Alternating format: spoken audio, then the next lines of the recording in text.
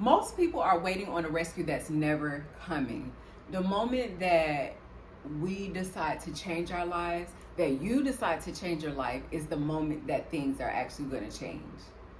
We should learn to build our life in silence, because when we talk too much about an idea or a new path that we're going, before we actually start working on it ourselves, we're actually opening up our energy in a way that we don't know.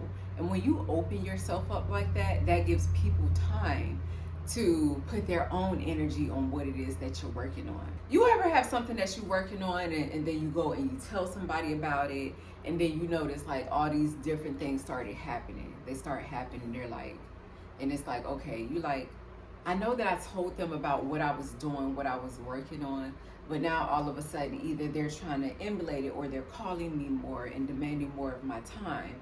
Or they may be giving the idea like, you know what, that can't be done because that's impossible, because either you too old, or you can't do it this way, or you got to do it that way, or you need to have money. And then you find yourself in a space of doubt because you're sitting in your head like, dang, I done told them what I was thinking about, what I was working on, and now I almost don't even feel like working on it anymore, not realizing that that energy has literally right in front of you in real time been almost stolen from you. Why? Because you didn't protect that idea. Because sometimes we could want that approval ahead of time, that gratification ahead of time, of people being like, oh, I think that's a wonderful idea. I think that's great that you're working on this. When that's not what's always meant to happen. Maybe you should go ahead and start working on that idea without telling somebody, and keep it to yourself for a little while. Make sure that you're going to do it. It's okay to have an accountability partner, or somebody that you letting know like, okay, I'm working on something, I'm in the works. You don't have to tell them everything plan by plan and layer by layer, because just somebody congratulating you before you even do it can give you that feeling of satisfaction, or that feeling of getting those accolades like it's already done when it actually hasn't been done yet. So we have to be very careful with that, just protecting our energy, protecting the ideas, and protecting the things that we're working on while we're doing them or in the midst of them.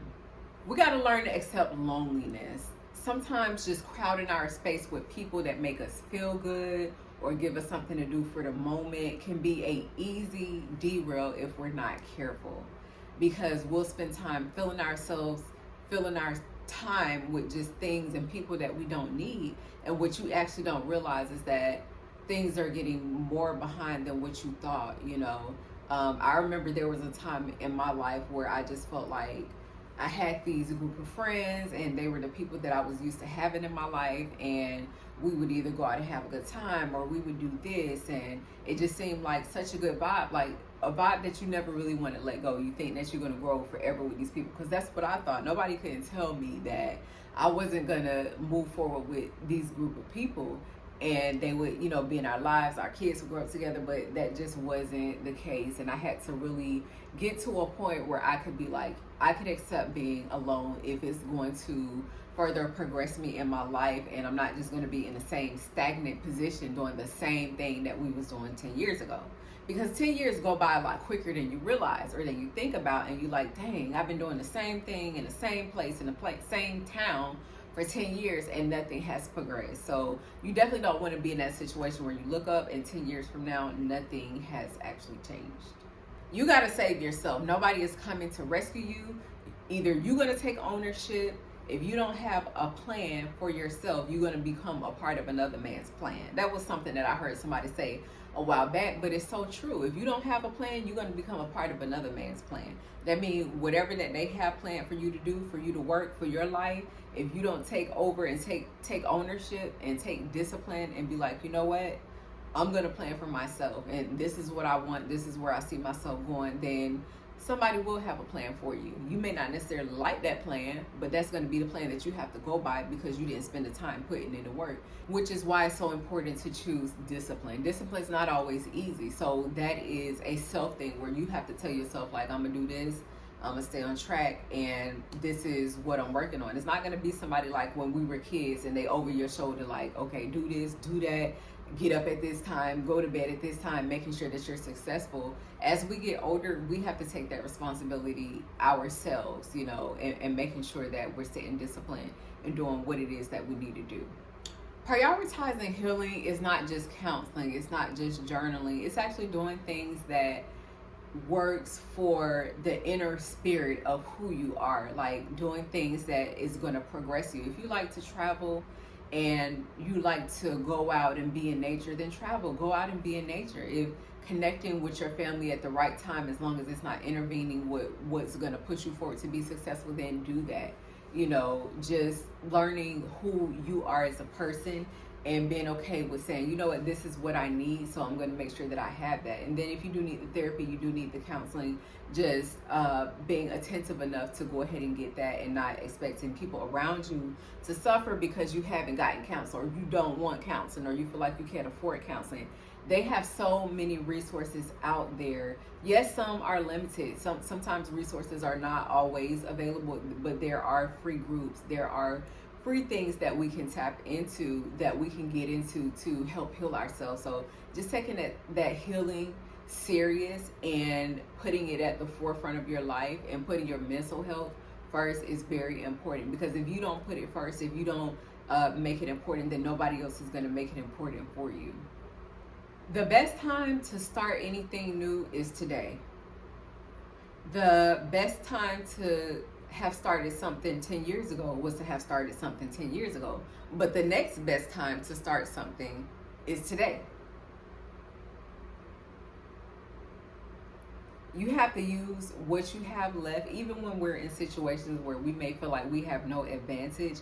We feel like we don't have nothing, absolutely nothing. Even if it takes you just picking up that phone and pressing the record button and starting to talk to that phone. If it takes you have a car for these amount of hours, you got to Uber, you got to, work that part-time job, get on that train and go to the job. Whatever resources that you have available to you, it's about taking advantage of that. And as we take advantage of what we have, and we appreciate what we have, and we're grateful for the things that we have, then that's when more is giving and more is acquired. But just complaining is not going to help you. There's been nobody ever that complains and they get to where they want to go. So you may as well not do it anyway, right? You could complain, but why? For what? What is it really going to get you, and how is it really going to advance you?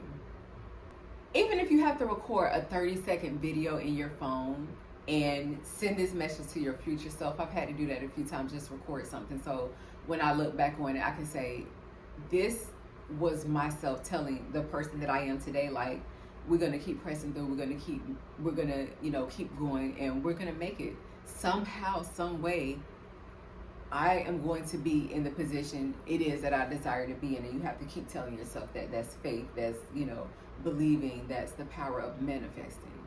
Your breakthrough is not going to arrive with a crowd giving you applause and giving you accolades. It's going to arrive in those quiet moments where nobody's telling you to get up and do this, or nobody's staying on top of you, just you making the decision to do those things.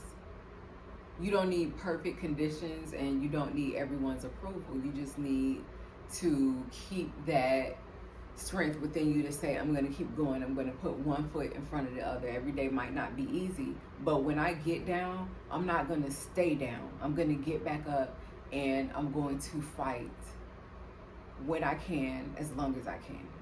So you just need to keep going, making one decision at a time. The life that we're all praying for is often built in the moments when nobody is applauding. Thank you guys so much for tuning in. Please do whatever you can to support the channel. Until next time, peace, love, and blessings.